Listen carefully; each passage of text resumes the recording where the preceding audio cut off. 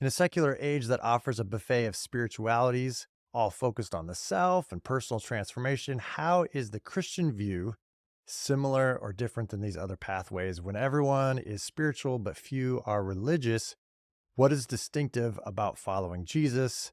And can I be a mystic without God? These are some of the things that we are talking about today. This is the Embodied Faith Podcast with Jeff and Sid Holsclaw, although Sid's not with us today. And we're exploring a neuroscience informed spiritual formation with a heavy accent on this episode with that spiritual formation within our cultural moment.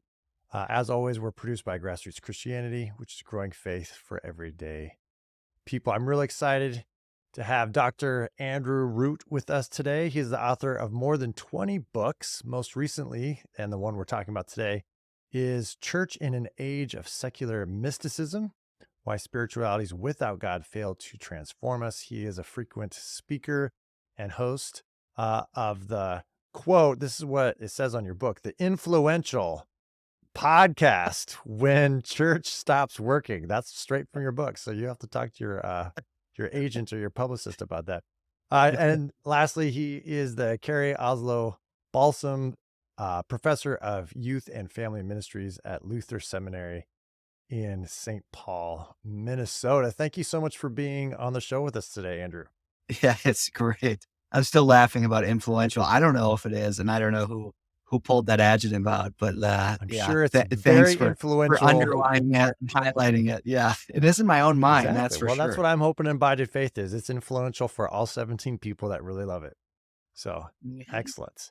Well, thank you for being on. When I saw that your book was coming out, I was like, ooh, I really am interested in this topic.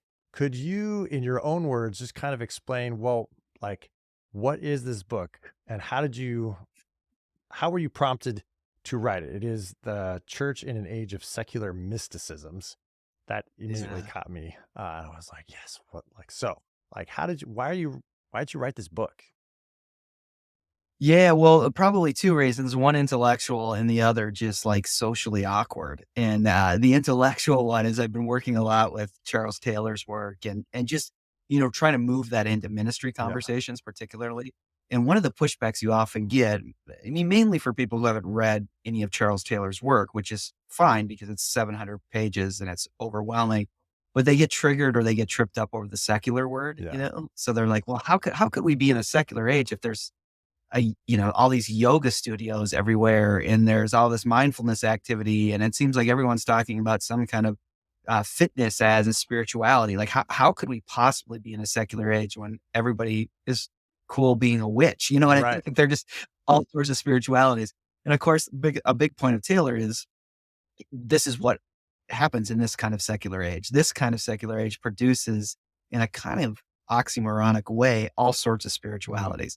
But that's what makes it secular is there becomes all sorts of them. A buffet is the kind of metaphor I use. Taylor uses this nova effect of third options, spiritualities that come out between, a hard atheism and a kind of organized classic forms of religion. So that was one of them. As I've written this 3 volumes that turned into 6 volumes on ministry in a secular age. It just made a lot of sense to have to really grapple with the spirituality dynamic. The socially awkward moment for writing this book was sitting in a meeting with my colleagues and we're trying to think about like, how do we even talk or help our students think about transformation? What's needed for pastoral practice when it comes to transformation? And I had this idea of like, what if we mined memoirs? Like a memoirist, particularly in the last couple decades, has really been telling us stories of transformation. And yet a lot of them have no need for sure for any kind of classic forms of religion within them and often really want to be spiritual, but don't even have God within them. And I said that and they all looked at me like I was nuts. So I retreated to this little monastic cell in my basement that those of you who are watching the video can see and typed away.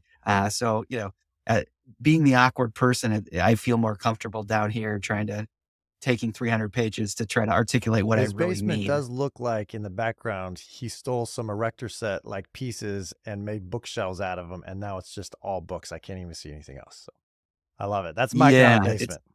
It's a perfect basement monastic cell because my family hates it. So no one ever comes in here except me. There we go. I It's a love it. different kind of man cave. So you you jump down this process, you jump down the rabbit hole of modern memoirs. What did you start seeing? You started seeing a couple different spiritual pathways, or you call them mystical pathways, I think, um, Yeah. that kind of created some patterns that you started noticing.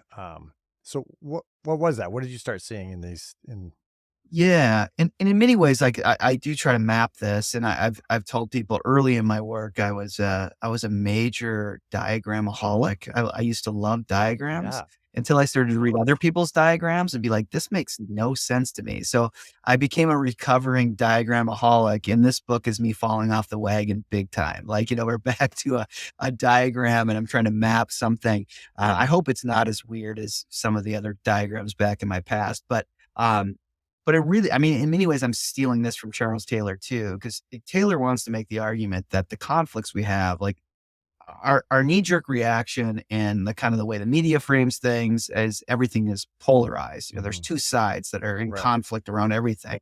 But his point is if you look closely, and particularly if you look at people who are uneasy with religion, you start to realize it's more of a triangulated conflict than it is just a bipolar. There's three sides, not two sides.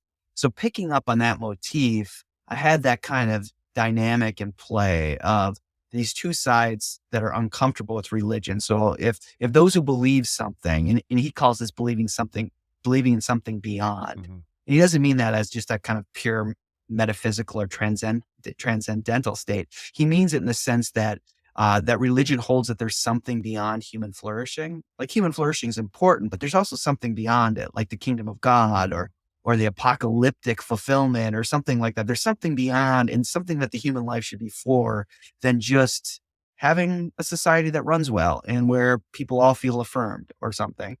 And then he also says, however, if you look at the conflicts of religion, there's that those who hold on to that believe in something, they often believe that there's something beyond death, that there's some kind of sense of heaven or just kind of some sense of salvation. He says if you look at those two commitments, you can find two different groups that are opposed to those.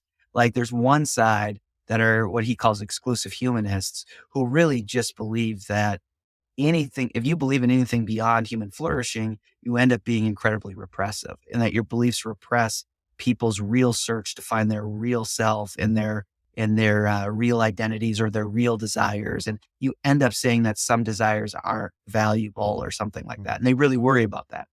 But if you go to, there's another side that isn't really concerned with that, but they are concerned that this whole belief that there's a heaven and that God is even loving and kind, that just polarizes reality. It just edits out the fact that life is tough and and life's a war and you're on a heroic hunt here. hmm, And so I could see these two sides as I read all these memoirs that Taylor's perspective really came to life, that there were those who were really seeking a kind of spirituality that would help them find their most inner genius self, their truest identity, their most kind of find the complete affirmation for their desires. And then there was another side that it was really about transformation was about this heroic, in some sense, a will to power often came out, but it wasn't always just like I'm going to crush my enemies, but it was in overcoming, whether it was nature or running marathons or something. There was hmm. this kind of heroic act that became a spirituality in many ways. And so I saw those two really playing out. And then this third one of those who holds to religious belief, well, that came out too, but it was from a surprising group of people that I was really, yeah, it was really interesting. Those kind of people who were mainly kind of people who had experienced a radical death, or I mean, just the addict memoirs Mm, were really people who had to claim that there was something beyond. And so they weren't apologetics for people who believed in religion or went to church, but nevertheless, they ended up finding their way to claiming classic Christian practices like prayer or that there was a living God. But it was from a very different dynamic than the other two. mm. Well, I just want to, because I think people know the addict like model, especially the 12 step, so like Alcoholics Yeah. Anonymous. So that would be an example of what you would call the beyonder or the religious, because they would say usually say two things. One is You have to have a higher power that you're connected to. Mhm. And then you say, I am powerless to change this addiction. And then I identify as an alcoholic because of that. And those are two kind of realities. And we'll get back to this, but since you mentioned it, I just wanted to make this as a contrast. So that those are both kind of a confession of who I am and who the higher power is, and a submission to kind of the inevitability of my own situation, as well as a submission to the higher power. So that would be the beyonder. But there are people who fit in your other category, like the inner genius category, that deal with addiction and trauma that don't like AA because of that. Like, you should not identify with your ailment. You should not call yourself an addict. That is demeaning. That is limiting. That's a self-limiting belief, right? And they'll kind of go through because they want to bolster the self, whereas they feel like the AA approach is actually to demean or destroy. Is that accurate? I just wanted to, since you brought that up, I just wanted to kind of use that as an example. Yeah. Yeah. I mean, I think underneath this whole, although the argument of this book and the kind of direction I'm trying to go is, I'm making a case practically for a certain kind of theological anthropology, and that the two sides, whether it's heroic action or it's the inner genius, whether it's the exclusive humanists of the inner genius or the neo-Nietzscheans or the counter Enlightenment people, as I call them, of the heroic action, they have a very high view of self, of what the self can do, where the beyonder perspective has a very low view of the self, not in the sense that the self is bad or gross or unable to be loved, but there's a sense that their own action cannot make things better. Where the other two, it's in you in what you act, and if you can just optimize your action, or you can just get over your fears, or you can just find some inner drive within you, you can overcome all boundaries before you. But these other kind of memoirs, where the transformational reality came when the person said, I give up, I surrender, that I really need something outside me and beyond me to change me. Where the other two, in some ways, they conflicted with each other, but they both shared that your transformation, what will change you is you. You just have to find it. You just have to be brave enough to find it, or you have to, push away the bad messages and you'll find it. Right. A motif I use is that both others say that you are magnificent, where the beyonder makes this claim that you are in need, that you need something outside of you. So if we were to think you fell off the diagram chart, so you have a triangle. So at the top of the Mhm. triangle would be like the religious or the beyond, which we'll get to in just a second. And on the bottom sides, you have what you call like the heroic action, as well Mhm. as the inner. And then on the opposite end would be the inner genius. And Yeah. those two sometimes, when they're in conversation with each other, will argue. But when a beyonder comes by, then they'll both turn and argue with them. It's like the enemy, my enemy is a friend. And Yeah. it is a sense in which, so I want to fill that out because the way you wrote about it, I felt was so clear. I was just like, "Ooh, I want to preach a bunch of sermons to help me verify it."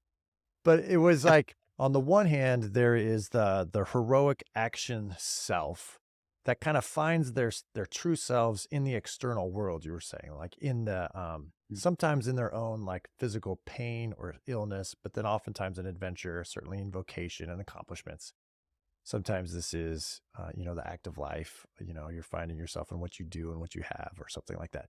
Um, so could you fill that out a little bit? Like, how is that looked at as a spiritual pathway? How does that link for like the common person? Like, what does that look like in everyday life? Yeah. And this is one of the interesting things, is that these actions, why I think they're mystics, like to use that kind of phrase, is because they use mystical language. Like there's a sense where they feel taken up and unified in themselves when they do this. But, like just two examples that come out is one is around nature in this. And you have all sorts of these memoirs where people walk. They like, they walk hundreds of miles and kind of facing nature and facing their own, whether they can conquer it or not, changes them. Reinar Wind is an example I use in this book, where she's a Welsh woman who loses her house and she's homeless with a husband who is battling a terminal disease. And she ends up just walking this like for 6 or 9 months or something. Mm, She walks this path, and she has this real dynamic where she says, I don't believe in God. I don't believe there's mm, any God at all.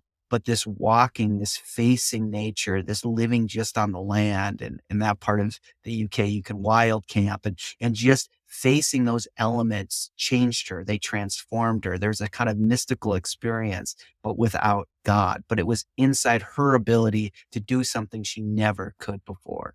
Another example is a kind of vocational sense where you really chase what you think will fulfill you. So there's a memoir called Yes Chef, where this guy just tells the story about how he became one of the top chefs in New York City.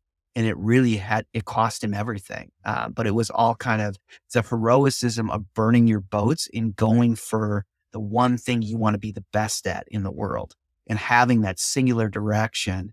And, there's no other moral code or anything that can set terms for you. Just doing this thing, just being great at this, that can become a kind of Mhm. spirituality. So you feel a certain sense of transcendence as you meet your goals, as you kind of grab them with both hands and you feel empowered, or by this kind of nature walk. But you can see there's a kind of sense of a will to power, of what you can conquer, of what you can overcome. Mhm. And that is oftentimes like the power of positive thinking, or kind of name your goals and claim it. And there's probably all sorts of like Christian spiritual analogs that we could kind of look at. But this, like the ultra long distance runners, or the, bodybuilders, extreme, but then also like being the apex at a sport or athlete or a job or something like that, where you're giving it all, and you're finding your truest self or something like that through that external activity. So that'd be the one side of Yeah, the triangle. On the other side of the triangle, you have this sense of, well, you don't look out into the world for that transcendent. You're looking inside. You're turning inside. There's this sure. inner genius that you need to discover, that you need to uncover, that you need to return to. Um, so can you fill that out a little bit? Like, what does that kind of spiritual Yeah. pathway or that journey look like? Yeah, I mean, there is a sense of accomplishment in them often, like external accomplishment, or else, there wouldn't be a memoir to tell of, like, Sure. where you started and where you ended up.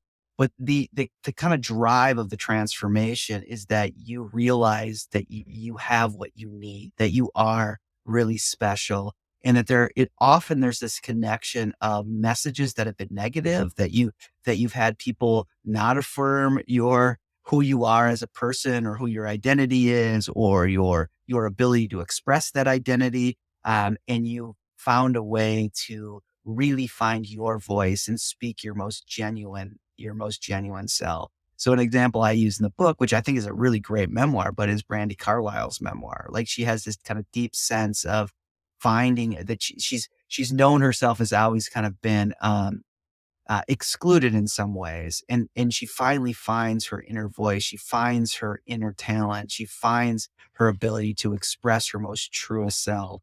And that does win her a kind of performative self dynamic, but it's more internal. There's a sense of internally finding who you really are. Another example of this is there's all these romance memoirs where people fall in love and that changes them, and they realize that who they really love is this person, or they realize that they fall in love, that they didn't know that they could love someone of the same gender, and then they fall in love with that person, and in that kind of finding truly who they are, changes them. Yeah. So there is this sense of kind of, and this is again why I call them mystics, because there's a kind of path where you find this union, this connection. You find that you're one with the universe in some way. Um, but again, what's really just odd is no one would have ever thought you could have these kind of mystical union experiences, at least within the West, I probably should say, without there being some God at play or some divine force at play. Mhm. And for both of these other, the heroic action and the inner genius, that's not necessary. Mhm. You don't really need God. You need spirituality, but you don't really need God at play. And so that would be kind of like the main difference between the top of the triangle, which is, Yeah. so instead of saying in different ways, you are the author of your life. So go fulfill that adventure, accomplish that goal, or dig inside, find your true self, uncover the the genius within.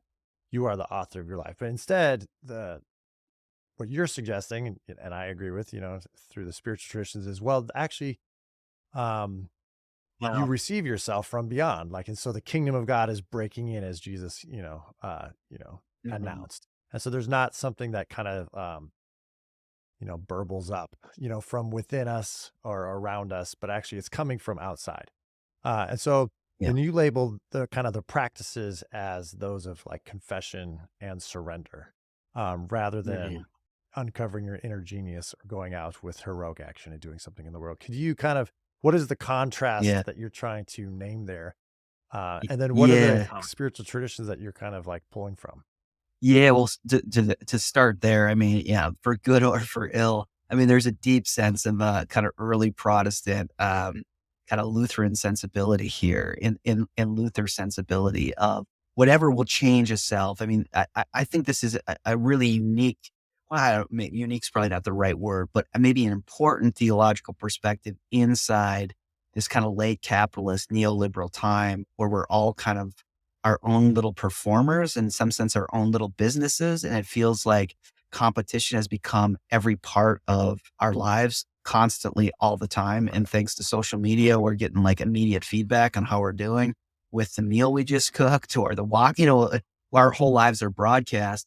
And I think there's something really timely about Luther's assertion that whatever will save you is not within you. It's foreign. It's outside. It has to come and meet you. And the more you act, the more vigorously you act to try to save yourself in whatever way, or to satisfy yourself, or to find your own accomplishments, the more you'll spin your wheels and get stuck. Mhm. And I think this is one of the major claims I'm trying to make here is that these other forms of transformation, I'm not a hater of them. I actually think they do some nice things for people. They do help people cope with stress, and they do help maybe infuse meaning and purpose with people. I'm definitely not a hater on them, but I just don't think that they can go to the depth that we really need.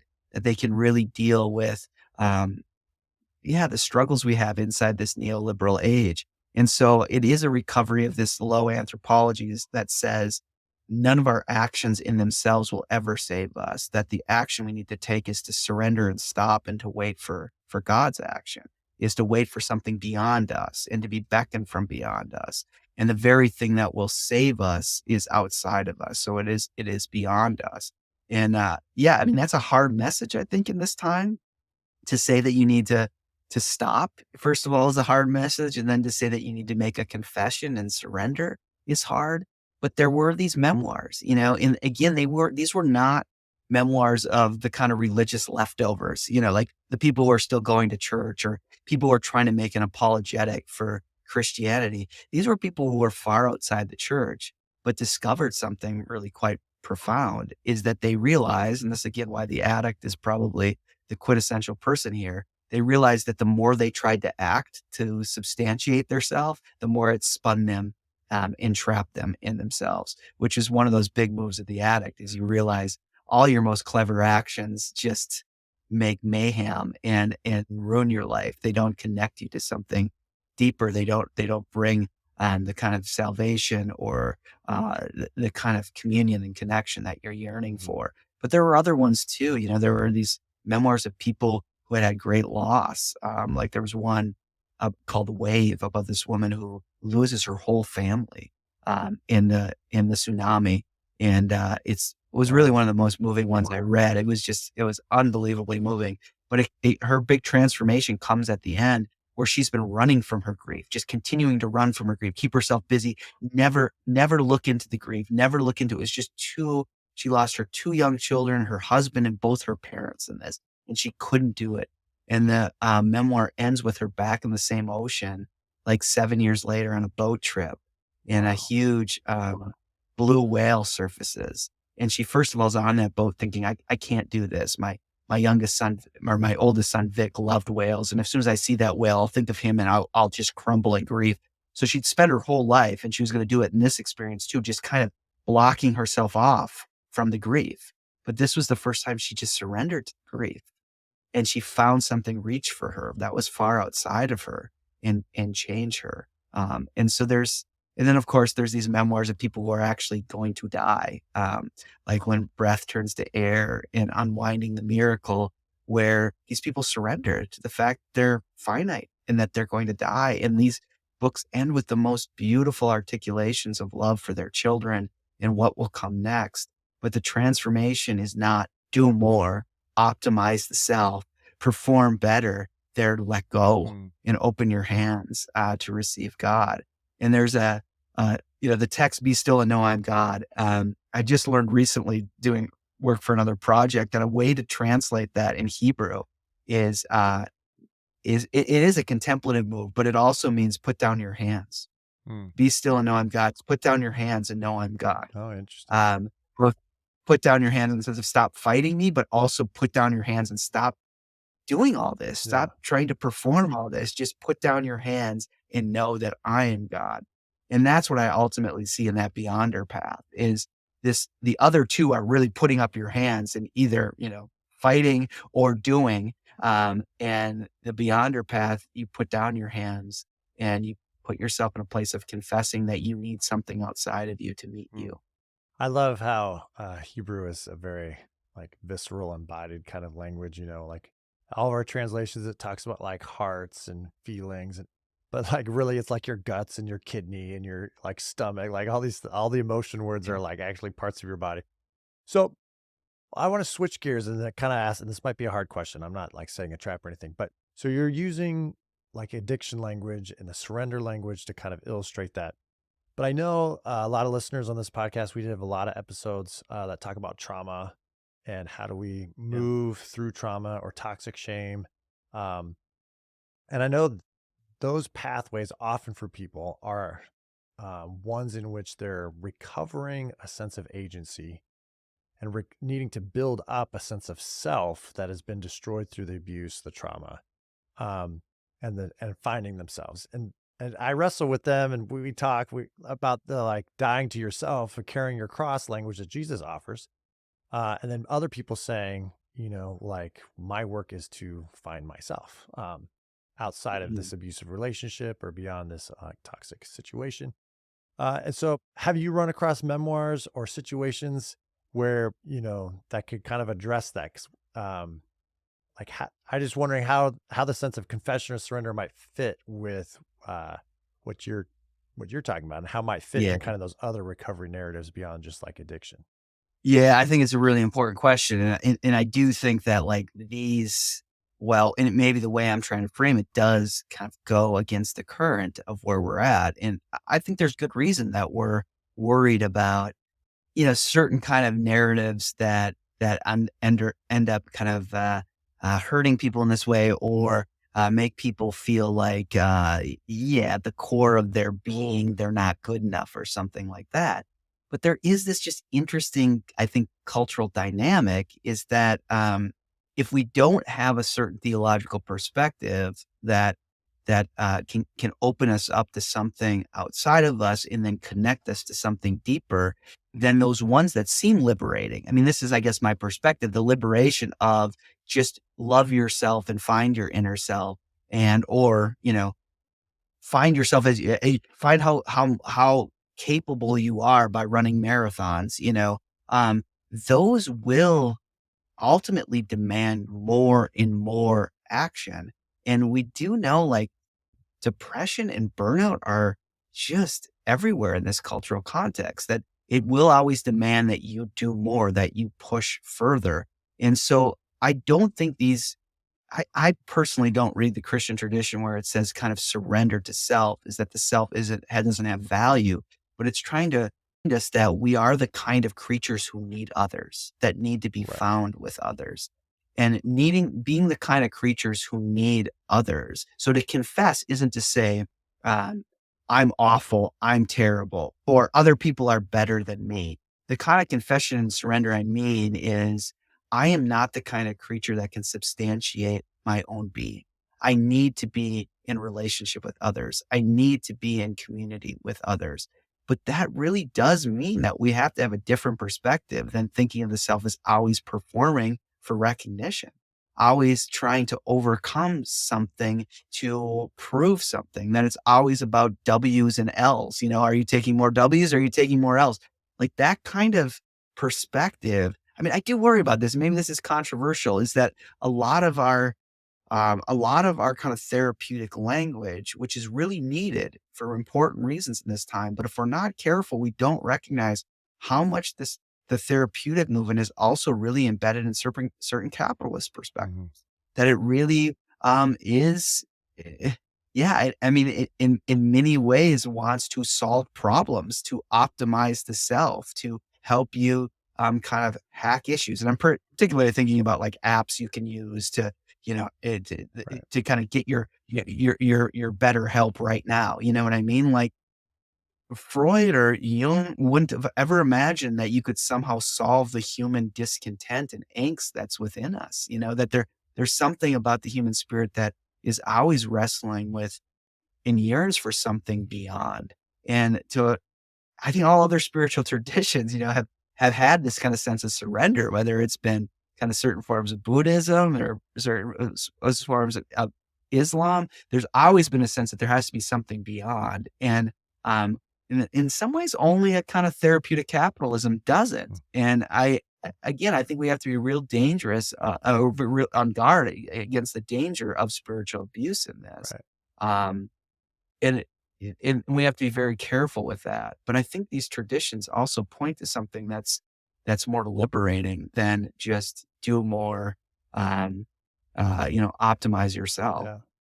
Well, Yeah. and I'm just brainstorming, Um, but I think there are certain kind of like therapeutic modalities that could follow into one side or the other. It was where you have more of the cognitive yeah. behavioral therapy, which I'm going to change my thoughts. I'm going to have a better mindset, and we're going to go do this. You have some um, maybe more somatic traditions or psychoanalytic, where it's like we're going to find that true self that had been lost in childhood or society has, denied those desires. And we're going to uncover these layers and kind of, find that again. And then that we'll celebrate that. Uh, and I do think that there is, I think all these have like roles for community. Yep. Such that, for the heroic action spiritual pathway, you have those that are cheering you on, who have the same or similar goals. We're going to do this together. We're going to optimize. We're going to share notes about how to do this. And then you have the communities. This is going to sound negative. I don't know the right word of communities of affirmation, which is, oh, you found yourself. Now I will celebrate with you, and then you will celebrate with me Yep. on my community. Um, and so there's the shared kind of affirmations. And again, at one level, like that's not wrong, right? All of human No, it's good. Yeah. interactions function like that, and some have, right? Uh, but I think um, this true surrender, because I think a lot of like the kind of interpersonal neurobiology and a lot of the attachment or some, not all of the trauma work will basically say, well, you can't get out of where you are without someone else who's not Mhm. you. You didn't get into your mental illness primarily by yourself, and you're not going to get out of it by yourself. And that's where I see, and this is for another Yeah. discussion, but that's where I think Christianity, especially Judaism, there is a person of some kind, triune person, Yeah. beyond who is able to draw out, to repair, or to affirm my true self, who is in no way indebted to me, like doesn't need me, doesn't need my reciprocal affirmation, doesn't need my contribution to their life project. And so I don't have to be suspicious of, are they really just, what, right? Because Mhm. we believe God, in one sense doesn't need us, right? That's one of the Christian affirmations, but still delights in us. This is the key kind of point. Does not Yeah. need us, does not need our Right. affirmations of God so that God feels loved and understood and seen, you know, and yet delights in us and sees and hears and understands us, and longs to be with us, and as we're trying, is repairing all the breaches in the relationship, right? So this is a fundamental Christian, I think that deep down those other ones that you're kind of, they just run out of gas. Like you can only affirm your true inner genius for so long before you're still going to Right. burn out, be frustrated, or not find enough people who affirm you. And then you got to go on the offensive, or you're going to get to Absolutely. the top of Mount Everest. And then what are you going to do with your life? You reached your Yeah. heroic action. This happens all the time, right? Then the burnout is Yeah. immediate. Yeah. I don't know what to do with my Yeah. life Yep. anymore. I accomplished all my goals. I'm a billionaire. I'm a millionaire. I'm lost. Right. And then all of a sudden existential crisis kicks in. Yep. All right. Well, we could go on and on and on. We're on the same page, Yeah, yeah, obviously. no, that's a great synthesis. Yeah, that's great. Well, any last thoughts that I really want to touch on the low anthropology piece, but you probably Yeah, know yeah, the yeah. work of David Zoll. He wrote a whole book called Low Yeah, yeah, Anthropology. yeah, So yeah. we had him on the Yeah, podcast yeah, earlier. Listeners can go yeah. find that one. But I do think this goes hand in hand with what you're Oh, saying. And you're both absolutely. kind of Lutheran influence. That probably has something to do with it too. Yep, yep, Um, yep, what absolutely. are, just to end on a practical note, what would be kind of the practices of confession and surrender then for people? We don't want to say at the beginning, let's see, I wrote it down. Beyonders say that human flourishing isn't the only goal. No, but certainly human flourishing isn't Yeah, negated or impeded by, and we sure. believe in Christ, Yeah, who is the true human, that we yeah. find our humanity in him. Right. But what would these confessions or paths of surrender kind of look like? Yeah, and it's at its most practical, I think, and this has been true of all 6 of these books, is that there really is a beckoning to back to what it means to actually be in a disposition of prayer, and to live in a disposition of prayer, which is and prayer itself is a surrender. It is a surrender to something beyond you. To pray is to make a confession that you can't do this, that your own action can't get you where you need to be, that you are confessing that you're the kind of creature that needs God's intervention, that needs to be cared for. Um, so at its core, I think it's a disposition of prayer, but that also means that a huge piece of this, and I think you've really said this well as we were just closing, is how the whole modern project, late modern project, is really set up to instrumentalize all of our relationships. So everything becomes instrumentalized. So you're my friend as long as or we're on each other's teams, as long as You're we're going to all have pulling on me the on rope your in the same podcast, direction. right? You're going to Yeah, share yeah, yeah. my Right. post on social media, right? There's a quid pro quo to everything. And I think one of the things that with this kind of lower anthropology, or this sense that you have to put down your hands and receive something, is it means that the relationships we have can just be gift, and that every relationship doesn't have to be instrumentalized. So we're really called to our neighbor just to be with and for them as a witness to a God who is with and for us. And I think this is the kind of core of the Christian move, or the dialectic at the core, is that when you confess that you are in need, you find this God coming to minister to you. And so this is, I think, ultimately the kind of spirituality or mysticism that we get, that can really bring us back to a living, speaking God, is to learn to be able to narrate Mm. and prayerfully tell our stories of our need. And then as a community, try to be present in those, hear those well, put down our own hands to fix, and just live with and walk with and pray for. Um, that ultimately is really what I'm hoping for out of this. Yeah, I really like that. I remember that statement on prayer, like, are we still really praying?